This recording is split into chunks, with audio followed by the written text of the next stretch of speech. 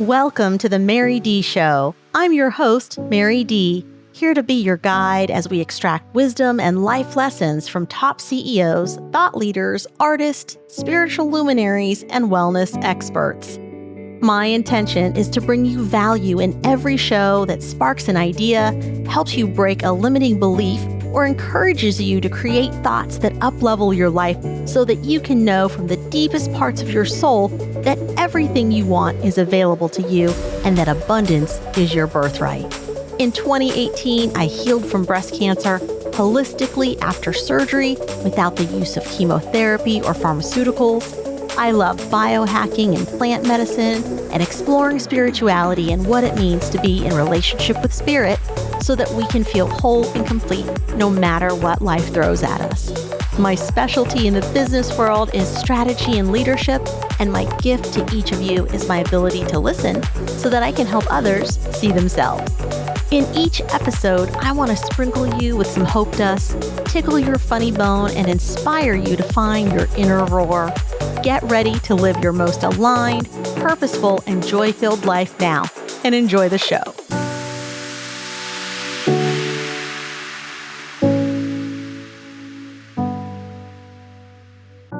Thank you for joining us today. I have a very special guest for you. Wealth advisor, financial advisor. He's got lots of great little letters and digits behind his name. My friend Walter Young from The Fifth Option. Walter, welcome to the show today. Thanks for joining us. Well, thanks, Mary, for having me. It's a pleasure. Awesome. Hey, you have a new bestseller out, actually called The Fifth Option. And let's start there because I think some of my guests don't know who you are. So I definitely want to talk about your book and really quickly want to let everyone know that I have known you. I was doing the math this morning for 15 years now. And I was just thinking to myself, wow, 15 years. It's so amazing how much time goes by because when we reconnected recently, you're talking about your kids being basically adults now. And I'm like, whoa, wait, I remember them being little kids running around, all these different places that were having events. So the reason I know Walter and the reason I trust him is because, well, number one, I have known him for a long time, but we used to bring Walter in to speak at our wealth conferences. And Walter was one of those speakers that we brought back time after time after time because he's able to deliver such big value. And the way that we used to pitch Walter, which is exactly what I'm going to say right now, is that if you want to learn the secrets of the wealthy, then you're going to want to listen to what Walter has to say. And I would say that hasn't changed. Walter, you are someone who's, been financially responsible. I think most of America wants to be able to grow up to be someone that's financially responsible, but a lot of us don't know how. We didn't get the education in school. We might not have gotten it from our parents. And, but there is a way, right? There is a way. Like, I think when people see wealth, they think, oh, I have to go out, I either have to win the lottery or I have to have this really super high paying job that's going to get me these funds and these finances. But actually, that's not completely true. It has to just do with knowing your numbers and then also knowing how to obviously make good investments. Can you talk about that? Like, let's start with where did you learn about money? And then let's open the door and talk about the gems that are in your book and all of the things that are going to educate us on becoming more fiscally responsible. That's, loaded questions, which is, and today, there's no place to learn about money, really, right? We know in the school system, you just never learn that. Even I went through, I have an MBA in finance, I worked for a management consulting, and there was just a very small number of courses that actually dealt with personal finance, right? So most of the world is taught corporate finance if you're taught anything about finance. But the reality of it is that there's one of the most important things that we could learn, especially in today's economy, which is different than a generation or two ago. We are probably more responsible now more than ever for our own retirement outcomes. And we probably have the least amount of education that we've ever had. It just puts the most pressure on us to be able to understand, what do I do with money so that I can have the ability to retire at some point. The first book I wrote, The Fifth Option, we traced a little bit about the history of retirement and how it began to evolve so we can get a sense for, I think when we look back in histories, we get a better sense of where we are today. And I think for most of people, we understand that there used to be a world that lived on pensions, right? We understand that you would, at some point, you worked 30 years for a corporation, you got a gold watch, You had a mortgage burning party, which Right. maybe some of your viewership probably hasn't even heard of before. And you sailed off into the sunset with a pension, Social Security. If you didn't have a mortgage, you probably did okay, when you went into retirement. But man, things are different today, right? Pensions are basically gone. People have mortgages well into their retirement years. And so they just need a different way of planning.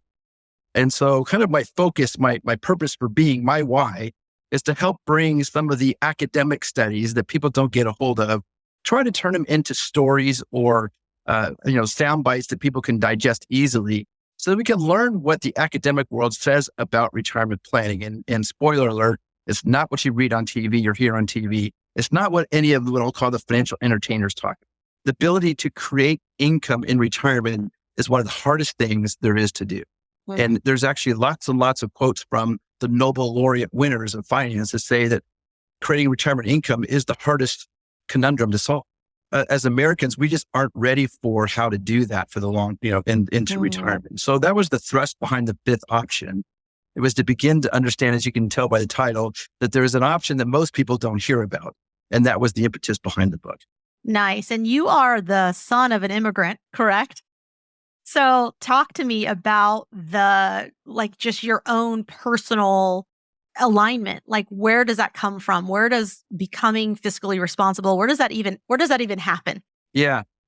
My mom, behind Walter Young, and kind of the most non-immigrant sounding name Yeah. is a mother who was born in Nicaragua and grew up in Panama and Mm. became a natural citizen when her father worked in the U.S. Navy and helping to do some science experiments. They gave him the ability to be a citizen. And so my mom became a citizen as well. And so she married a doctor from the United States, psychiatrist who was in the Navy also. And they came back to the United States and then they had me. My mom and dad divorced when I was in second grade. And so I was really just raised by a Latin mother. And so for any people out there that have that roots know exactly what I'm talking about. But what's interesting is my mom was very, very protective. Back in the time in the 70s and 80s, it was not as cool as it is today to be thought it was ethnic. And so Mm. my brother and I have very American sounding names. And my mom did a very, tried her hardest to kind of conceal her accent and all the things Mm. that would really make us who, connect with our heritage. And she also just had no concept for how America works or money. And so she was always on the brink of not, us not having what we needed and, working, it's very traditional, working a job or two to make sure that everything was met the way we need to be met. What she did believe in was education. And so she made sure that my brother and I got all the way through college, got my master's. And so, she would always tell us her legacy to us was going to be our ability to have education. Your education. And sadly, she passed a year ago in Panama. But, the wonderful thing that happened was on her passing is my family got to go out and meet some of the family in Panama that they had never met before. And it's wonderful to see, the generations connect and really have the ability to talk with each other and with social media, stay connected and kind of track what everybody's doing. There's probably somewhere deep in my psychology, very much the need to help people understand finances because it was a challenge in our household for sure. And I think that's probably where some of this was born from. Yeah. And I really like to merge the academic world where we have proof about how finances happen versus popular opinion, where it's people's opinions. And, I think if we could help people that learn that lesson, they'll all be better off in the long run. Absolutely. Well, what would you say? I mean, I really resonate with the immigrant mother. Mine too. Parents divorced when I was 5, and I remember my mom having to figure it out. She worked 2 jobs. I don't think she even knew that food stamps was such a thing. So she Hmm. just saved her money and paid for whatever we needed to have paid for, and obviously moved us to a place where the economics worked a little more in her favor. But at the end of the day, I know that my mom was one of those people who was like, save your money, try to hang on to it as much as possible. She didn't know about credit. I don't think she knew how our American system works around Hmm. credit anyway. And I feel Hmm. like that's still an area that in general people are not always great about. I definitely know enough entrepreneurs who have terrible credit that I can say that they either weren't taught or just were like, hey, my income is up and down. And when it's down, unfortunately, I miss payments. And then of course, this puts me into this cycle where I have Hmm. crappy credit. So I Hmm. think that's also, from an entrepreneurship way where I do see some people show up, and then others are great at it. I think I lucked out in learning about money early enough that I really understood credit and leveraging credit. Talk to me about the fifth option. I think of the term be your own bank. That's one we've Hmm. used with you before. And I Hmm. don't know that enough people know or understand how that works. So talk to me about how important is it for folks to understand like how credit works. And Hmm. then talk to me about some of these insurance products that help people get ahead in a way that Hmm. they're not thinking of it in these traditional ways. Like you said, people aren't working at their job for 20 years and leaving with a watch and a little bit of, a feeder of money. I know my dad personally is retired from the military. He gets a retirement check from that. And now he's about to retire from the hospital. So he's going to have two retirements. And that, will probably carry them, of course, with the money they've saved. But at the end of the day, it's not crazy money. Like, how can we start now and how can we do things differently? Yeah. So let me start. Those are kind of two questions that intersect at some point. So let me start with maybe the quick summary of the fifth option. Let me start that with a story. And I call this the desert island dilemma, right? And so the parable goes like this. Imagine you were on a cruise ship and the cruise ship runs into trouble and you have to abandon ship. And so everybody has to jump out into the lifeboats. And let's pretend like you were late to the party and the lifeboats are full. And so you jump and you have to jump into the water. And thank God your parents gave you swim classes because you know how to swim. And as you look up in the distance, you see not too far away an island. And so you swim to the island, you climb up onto the island, and you look around and realize you are now on a deserted island. But slowly, you start to see this thing bobbing towards you, and it turns out to be a barrel. And so you run down to the ocean shore, you pull this barrel up on shore, you open up the barrel, you realize it's a barrel of water. And a couple of things start to pop in your head. One is this all the water that's on the island? And as you do a little bit of a search, you realize this is all the water you have on this island. And so now a question starts to pop in your mind. How much water can I drink each day so that I can stay alive to be rescued? And so in order to answer those two questions, I have to know two pieces of information. One is, how long am I going to be on this island? Well, I might look around and realize I'm not in a normal shipping lane. There's no planes going over me. So I might be on this island for a while. The second thing I might want to know is, does it ever rain? And when you look up in the clouds, you realize it's very hot, no clouds, not likely to rain each day. So if I don't know how long I'll be on this island, and I don't know if it'll ever rain, I'll ask the question again, how much water can you drink each day? And Mary, how would you answer that question? Oh, gosh. I mean, I guess I drink as little as possible. That's exactly right. You would drink as little as possible. And that's the desert island dilemma. So now let's shift this a little bit and change the scenery. Let's assume now it's your last day of work. Instead of giving you a cake for part, that someone gives you a barrel, and the barrel is full of all the money you've saved.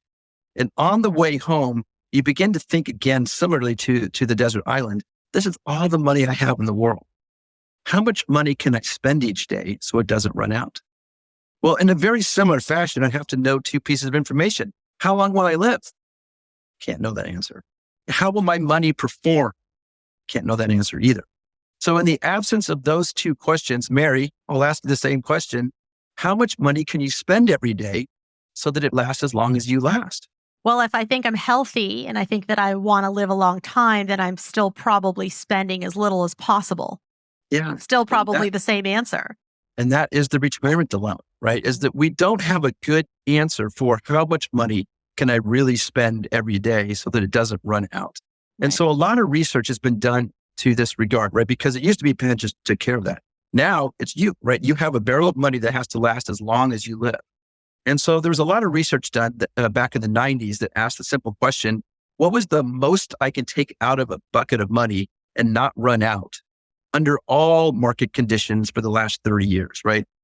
So this gentleman did rolling 30-year periods of tests from 1926 to 1956, 1927 to 1957, and et cetera. What was the largest withdrawal I could take out so that I wouldn't run out of money? And the answer back in the 90s was about 4%. So that means that I can take out about 4% of whatever I've amassed at retirement, and it should last on average for 30 years, given most of market cycles that we've seen in the past. Okay. What that really means is if I have $1 million, I should be budgeting about $40,000. Hmm. And so for most of us, that's going to seem like an impossibly small number when maybe I was living on 100,000 when I retired, or maybe even more. And so the question now becomes, how many millions of dollars do I need to save to have the same semblance of retirement that I had when I was working? And the answer is a lot. And for most of us, that's going to be a challenge to get there, right? And so when you go sit down with your financial advisor, I should say a traditional financial advisor, and they say, well, you have $1 million, congratulations. So you should be budgeting somewhere between $30,000 and $40,000 a year to live. And they can see the shock of you and your spouse going, wait a minute, I'm used to living on a lot more than that. What can I do to help my situation? They will give you 4 options. The first option is you can save more money. And Yep. for a lot of folks, that's just hard to do. If you could have saved more money, you would have.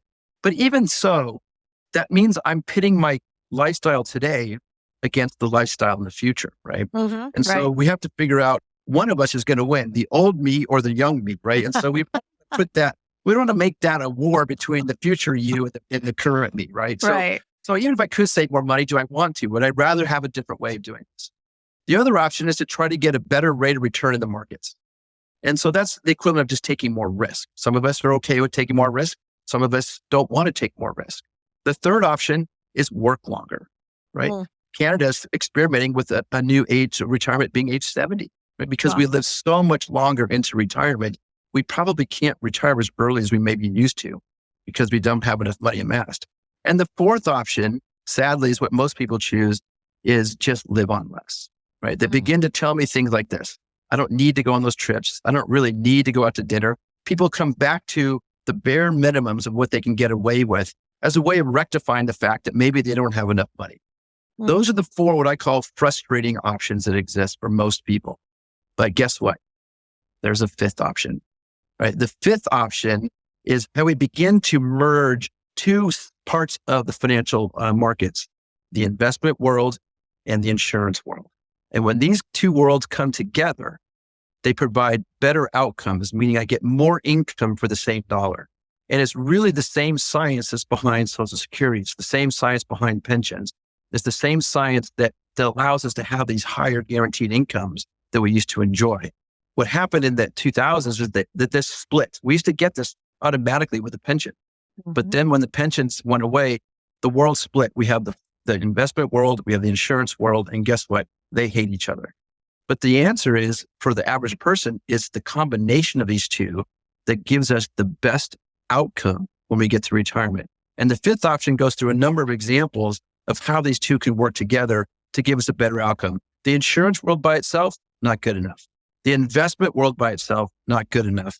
And I kind of use the example that it's like trying to clap, right? If you put one hand under your leg and try to clap, it's really hard. But when you have both hands available, we can clap, right? And that's what we really need. And so the 5th option really is rooted in some of the latest academia on how to tackle retirement income.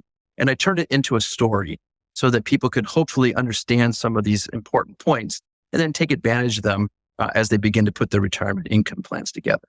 So that's really kind of the quick summary behind the 5th option. Love it. Will people be able to read the book and understand what to do next? Well, they will at least get a sense for how to begin to ask that question. And of course, they're welcome to call me and I can help get them put together. There's probably anywhere from a 20 to 80% difference in income when you look at putting these plans together. It is a starkly different retirement plan when you understand how some of this academic and some of the actuarial sciences, which is a fancy term for how long do I live. There's real math behind this, right? There's real math that people can take advantage of. Yeah. And it is now just becoming kind of accepted in the more general approach that insurance and investments go together. They are not supposed to be separated. They're not supposed to be frenemies. That's right. They're not supposed to be frenemies. And you're starting to see more articles. You're starting to see more professors. You're starting to see more practitioners begin to talk about what is this income situation we have when you retire at 62, 65, whatever the number is, and you got 35 years to go. Yeah. That's going to be a very uncomfortable ride if it's all based on whatever the markets do. But that's a bumpy ride, as opposed to be able to put in more of a pension-like feel so that you can enjoy more of your retirement, right? I lived by Boeing. I couldn't buy the pensions off people in Boeing if I wanted to, right? There's no way they're getting rid of that predictability. We know from studies that people live longer that have pensions. Like they just live longer, right? Because there's just less financial anxiety. There's more to look forward to. When I get a paycheck, I spend it. If I don't have a paycheck, I'm always worried about what I can spend because I just don't know how much I have to keep for my kids. And as one famous financial planner once said, if you don't fly first class, your kids will, Wow. because you will end up not spending as much as you could Right. because you are fearful of what might happen, right? We all know those people that have a nice pile of money, but they don't Yep. spend any of it. But Yeah. we also know the people that have pensions, they spend every dollar, Yep. right? Because it's coming again the next month, right? So Yep. it's just a different way of thinking about retirement planning. Absolutely. Oh, so what would be your advice to someone who, let's say that someone has little to no debt, they Mhm. have some disposable income, let's call it $2,000 a month. Actually, let's call it less than that. Let's call it $500 a month. Mhm. What would be your advice to them? Where do they start? Where do they even just begin to start so that they can have something later? Well, that's a great question that leads to my second. So the fifth option is really, I would say probably people in their 40s and above, like, retirement starting to become a thing, right? But I recognize there's a large segment, the Gen Zs and the millennials, right, who are kind of just getting going. My second book is really talks about how to run your house like a business, because most Gen Zs and millennials are more entrepreneurial minded. They're not the employee mindset that the boomers or Gen Xers are, right? In Right. fact, there's lots and lots of studies that suggest they're way more entrepreneurial, that they want to start their own businesses, that they have side hustles all over the place. Hmm. They want the freedom and they want to feel like they're doing something that makes a difference, right? They Yep. really are more motivated by the impact the work has than the actual dollars. And so one of the things that I talk a lot about is there's personal finance and there's corporate finance, and they both share the same word finance, but they manifest themselves in different ways. Personal finance really deals more with balance sheets. So if you ever talk to a financial planner, the first thing they want to know is how much do you have in accounts? How much do you have in accounts? How much do you have in accounts? Because that's what they can manage. Right. And that's what they want to charge, the fees on, is based on management of that. But as we talked about, having a balance sheet by itself is an unknown as to what that income is, right? It's just, I could have $1 million in raw land that produces no income. I'm a millionaire, but I have no income. Or I could have a pension to no money and I have a lot more cash flow, right? Right. So corporate finance really delves into the world of cash flow. If you go into CNBC, no CFO brags about their balance sheet. Every CFO brags about their earnings or cash flow. Right. And we should think about it. Wait a minute. Maybe I'm thinking about finance in the wrong way. Maybe I can combine personal finance and corporate finance to come up with a better way to run your household. And so my second book is really going to talk about the 10 steps to run your house like a business. So to your point, where does somebody start? Well, I think you start the same way any business starts, which is understand your vision and value system for what you want out of life. Mhm. Start there. Understand what you're trying to accomplish, because it's very hard to get there if you don't begin to build a plan around it, right? A lot of people just get into a job and you talk to them 20 years later, don't even know why they're in this job, right? They may not even love this Right. job. They may not have Right. accomplished the things they want to accomplish in life. So one of my favorite tools that I'm using, and we talked about this a little bit, is the Ikigai chart, which is Japanese for, having life fulfillment, which really, if you think about a 4-part Venn diagram, kind of hard to do on a podcast, but a 4-part Venn diagram, which is what I'm good at, what the world needs, what I can get paid for, and what I'm passionate about. In the center of all those is Ikigai. And if I get to be at my level of Ikigai, then I never work a day in my life. Mm. A lot of the folks in Japan that talks about the philosophy of Ikigai, they will tell you they don't retire because they're in the intersection of everything they love. Right. And I think previous generations were very much, their focus was more on the money making. They had a job, they just went to their jobs, and then they had their societal fulfillment outside of work, right? That's where they would go in their churches or their communities, and that's where they interacted. In today's generations are a little bit different. They really integrate work more than previous generations, so that environment exists in that Ikigai. What I'm seeing with some of the younger folks is they have side hustles all over the place. And the side hustle is what they're passionate about. Right. And that is what they're trying to turn into a business. And their jobs are there to pay the bills until they can really find their purpose, right? So I think everyone needs to start with that value system. Write it down. What is valuable to you? If you're a family, what are the values that you want to impose upon your children and to run your life by? On CNBC, you'll hear the term maximizing shareholder value, right? Which is the business word of saying, I need to make this company worth as much as I can for the shareholders. Well, you are the shareholder of your home. You are the shareholder of your family. And rather than just maximizing shareholder value, a dollar, I challenge you to maximize your shareholder values. What are the values Mhm. at home that are important for you to bring out? Right. Yeah, I love that, Walter. I love that because it's one of the first questions I like to ask any CEO that's coming to do a discovery call with me or have a conversation is talk to me about your values, but also what are you actually trying to achieve? Right? Mhm. Because there's a lot of buzzwords. People are like, oh, I want to sell my company. It's like, well, what does that actually mean to you? Right. Right. And Right. selling usually means some level of a chunk of financial freedom that now gives them time freedom so that they can go and do the other things that they love that don't necessarily mean building that company that they just sold. And then Right. there's other people who are like, yes, I want to sell my company and I want to continue to run it for a piece as it continues to change the world. So I think it's really, really, really interesting to hear you say that because I think too many times people get caught up in, well, let me figure out how to make some money and then I'll do the other stuff later. I'll figure out what Mhm. my values are. I'll figure out what kind of life I can now have based on how much money I'm able to see walk in the door. Yeah. Whereas I think how the universe works is if you follow your love and you follow your passion, a lot of times the money finds its way to you. And I don't know about you, but that's definitely been my experience of I'm motivated by fun. Mhm. People might look at my life and go, "Oh, maybe you're, she's motivated by money." I was like, actually, money is one of my lowest. Like, it's very far down on the list when you think of all the other things that come before it, and fun was very much at the top. Fun, Mhm. Mhm. freedom, relationships. That's where I want to be, and Right. that's been fascinating to watch over time, and also just see how I've lived my life and the choices that I've made, and go, "Wow, I have followed a lot of fun and."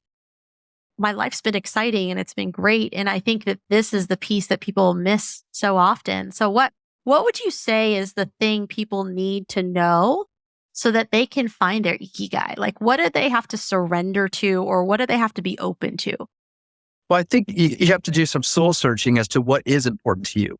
And I think we also need to understand that our little circles, our bubbles, won't be in perfect symmetry all the time in our lives, right? So Right. I think about teachers or I think about nurses or people who are in service where they won't have as much money as other people have, but perhaps their passions and things that are important to them, those circles will be larger to compensate. I also think that people who make a lot of money probably have smaller circles around their passions or connectivity.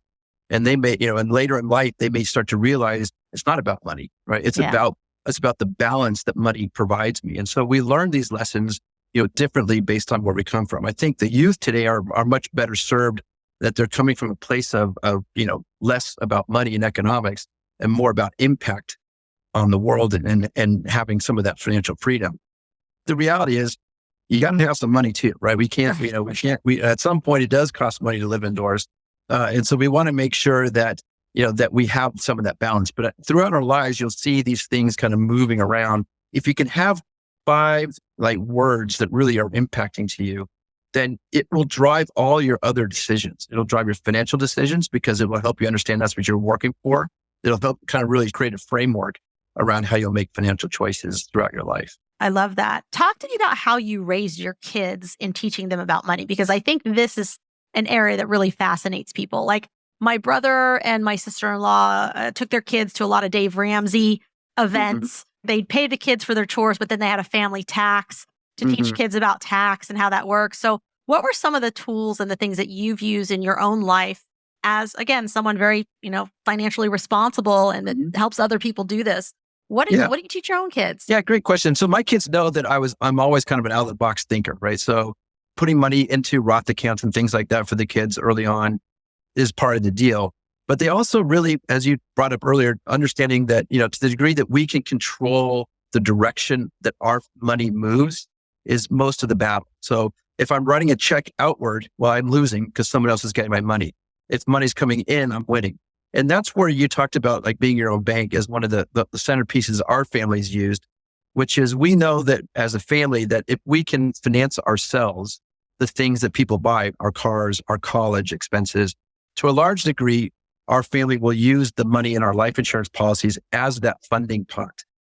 And the reason for that simply is that I can borrow against myself so that I'm not paying third-party interest, or more importantly, losing interest by taking on loans outside. That includes college, includes things that my kids have spent. So my kids have grown up with the understanding that we want to rely less on banks, more on ourselves, and create kind of that centerpiece of the ability to borrow money. Maybe it's a down payment in a house in the future, that we want to really keep control of how that cash flows.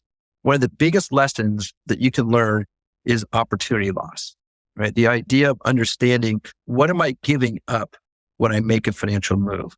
It doesn't mean that we can eliminate all financial loss, but we certainly can calculate what that financial loss may mean, as it may change some of the things you do, right? Mhm. So whenever I give up a dollar, I don't just give up that dollar, I give that dollar's future earning potential, right? And so that's an important lesson for people to understand. For example, if we're saving for college, I might have 18 years where I save money in a 529 plan or something that's traditional. And at the end of that 18th year, I have a lot of money saved up, and it's actually getting interesting in terms of a balance of money. And then the first thing I do is give it to the college, right? And now the college gets the compounding effect of those dollars, and I try to start over, right? As I begin to save up again, but I don't have the 18 years of growth behind it like I did. Maybe a better method is to be able to borrow against that money and pay the college and then pay myself back. But I never gave up the capital itself, right? I never gave that balance of money to somebody else. Doing that repeatedly over time and time again allows us to take advantage of cash flow as much as just savings. And so that's one of the lessons that I try to teach my kids and my clients, is how to spot opportunity losses. And maybe the way you structure your mortgage, and maybe the way that you have credit card debt, maybe the way you pay for 529, might be your retirement accounts, might be taxes. There's lots and lots of places, if you look under the hood, that you're leaking money out of your financial system. And there's Got it. more power in collecting those dollars than actually saving money. Oh, that's And so great. that's what I try to work through with my clients, is to understand. And guess what? That's what corporations do. Corporations are very good at understanding opportunity loss. They hire MBAs like me to come in and find every dollar that they Right. might be losing, Right. because when you have shareholders of Wall Street, every dollar matters. Yeah, I love this conversation about money leaks, because there's also something called energy leaks. And it's where all people do the same thing in their life. They're not understanding the value of their time, or they're not understanding the value of literally it is time. They're not understanding the value of their time. And there's all these energy leaks, which happen in things like overuse of social media, with TV time, with those late night binges. All of Mhm. these types of things can be energy leaks. Sometimes dating apps, I know in the single world, is a big one.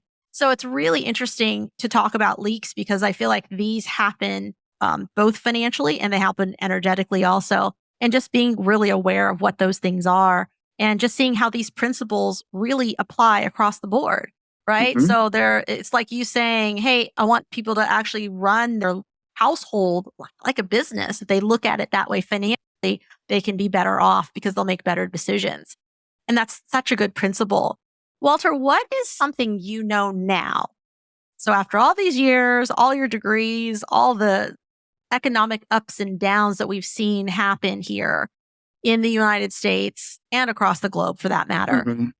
what is something you know now that you wish you had known when you were, say, 18, before you got out into the world, started to make money and figure your life out? Like, what's that one thing, if you could go all the way back in time with this knowledge, that would serve you like tenfold? Something that comes to mind is the power of mentors. And it could be because I didn't really grow up with a father figure in the same way that a lot of other folks did, that, you just didn't have somebody that could just kind of guide you through life like that. But I think having mentors would be great, because they really can be a place of support. We don't want to necessarily not learn life lessons, because those are some of the most valuable ones, Right. but they can maybe short circuit some of the ones you don't need to go through. Right? So, Agree. so they can certainly, help guide you through. Someone who's just, really bought into your success, shares a passion with you. I think, as I work with my kids, I'm trying to find them some of the mentors. Sometimes it's hard to be a parent and a mentor, but finding somebody that can really talk to them honestly and really help them see life, so that they don't have to go through some of the mistakes that you just don't need to make. Yeah. There'll be plenty of mistakes to make on your own, but, just having somebody that can really be a good mentor. And I think the youth today, with their entrepreneurial mind, anecdotally, a lot of my age kids are going to college, and they're all going to college with the mentality that they're going to start a business. They're all going in that they're going to find the next algorithm or the next, whatever computer program or whatever it is. They're not going in just to get a degree. They are assuming they're coming out running a business. Yeah. Yet they know nothing about how to run a business, right? Love all the energy, love the spirit. But if they could find, someone, a faculty member or someone who's, right out of college, that can really help them understand what does it mean to do this, and what do we have to have in place to do that, or where to go to get some experience before you can start some of this stuff. Yeah. I think it's really helpful. But I think you're totally right. And on that note, I want to just, for any of our listeners, depending on where you're at, obviously, if you're in your career, if you're making money, if you're there, but also still wanting some help, there are mentors, financial coaches. That's such a big thing these days that didn't exist as much, I'd say 20 years ago. But you can find those folks that have what you want and work with them and figure out, how you can have those things as well. For our other folks that are younger, all of you that we've been talking about, that we know you're ready to go out into the world energetically and start a business, but you have no idea how. There is mentorship for you also, and great places for you to start. I'm going to give a couple of those resources because I think they're worth saying here.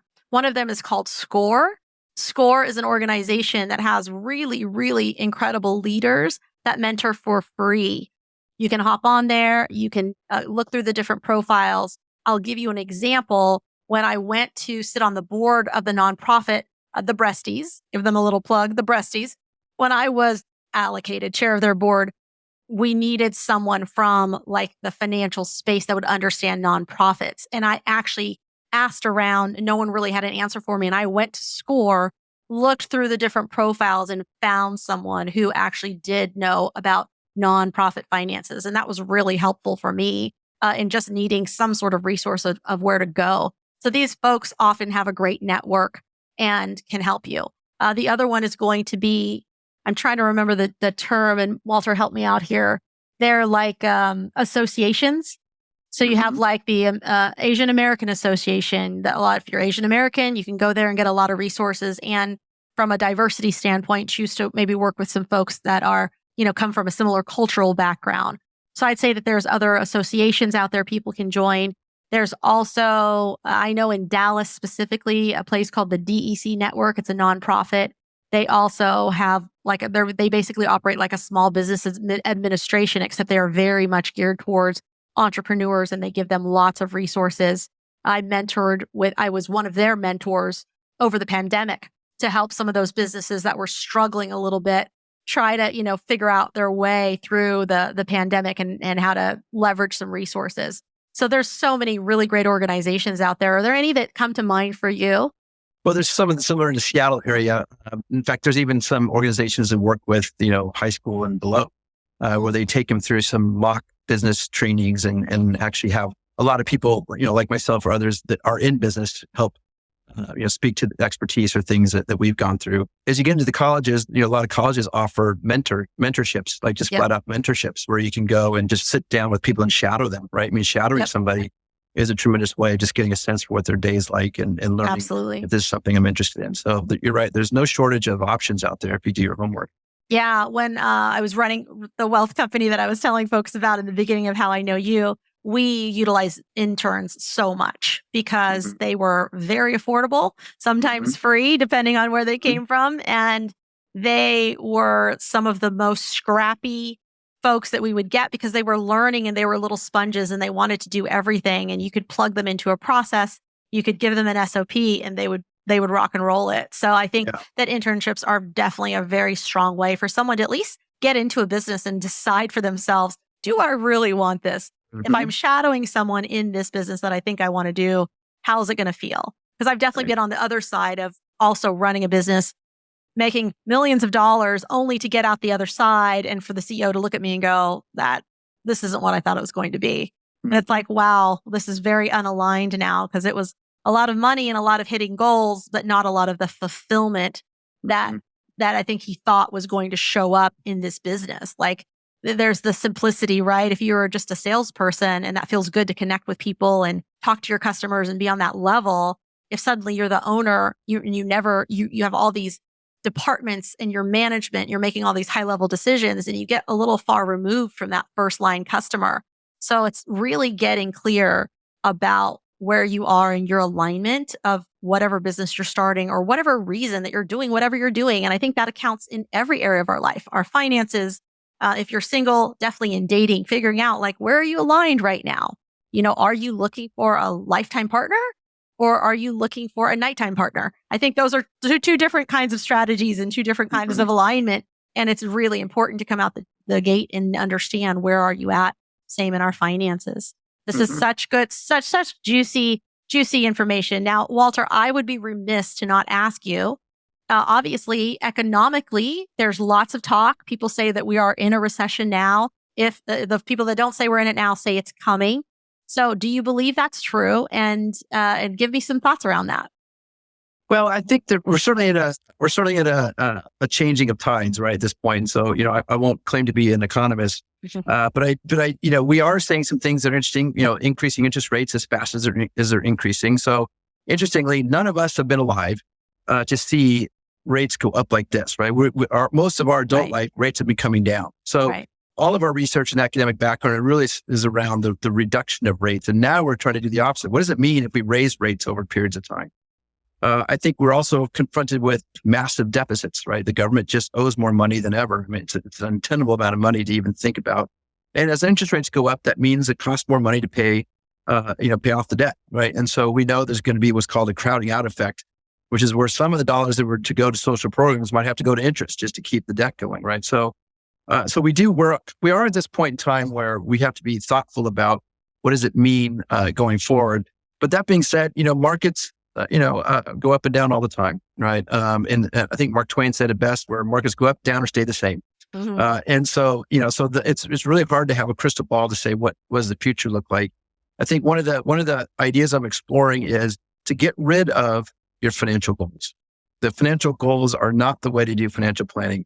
Create a financial system that can accommodate your financial goals, right? That's, I think, is the most important thing, because in this fluid society, our things that we want to accomplish may change, from year to year or time to time or interest to interest. But what doesn't change is the ability to run our households effectively and efficiently so that we can handle whatever life throws at us, whether it's, bad recessions or opportunities.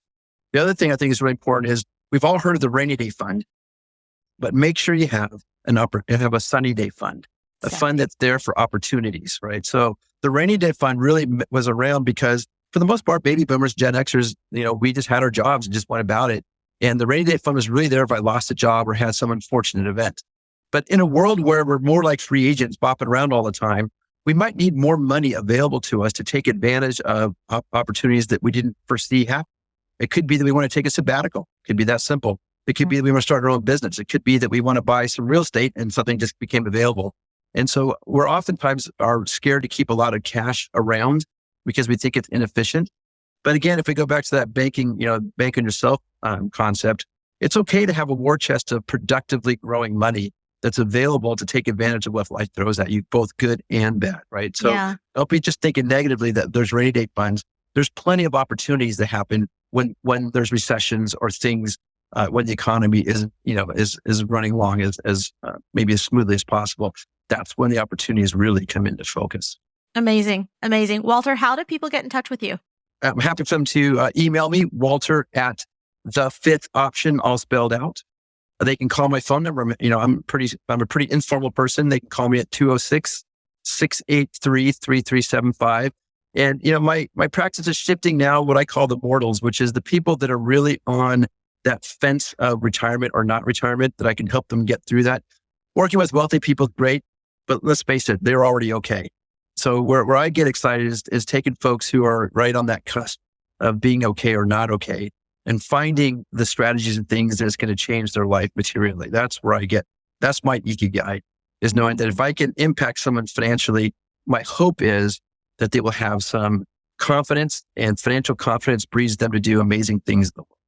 Like just frees their mind up to go visit their grandkids, go travel, volunteer. All of that's great for the world in today's world. So that's my goal, is to help people in that format. Amazing. Well, Walter, thank you so much for coming on today. Thank you for joining us on today's show. I hope that today's session inspires you to live an aligned life where you get to take complete ownership of your feelings and decisions to live in your truth. You can connect with me more at www.maryd.com. You can also catch us on YouTube at The Mary D Show. Head on over to Instagram and Facebook and type in @TheMaryD and just look for the little blue check to ensure you're on my official page.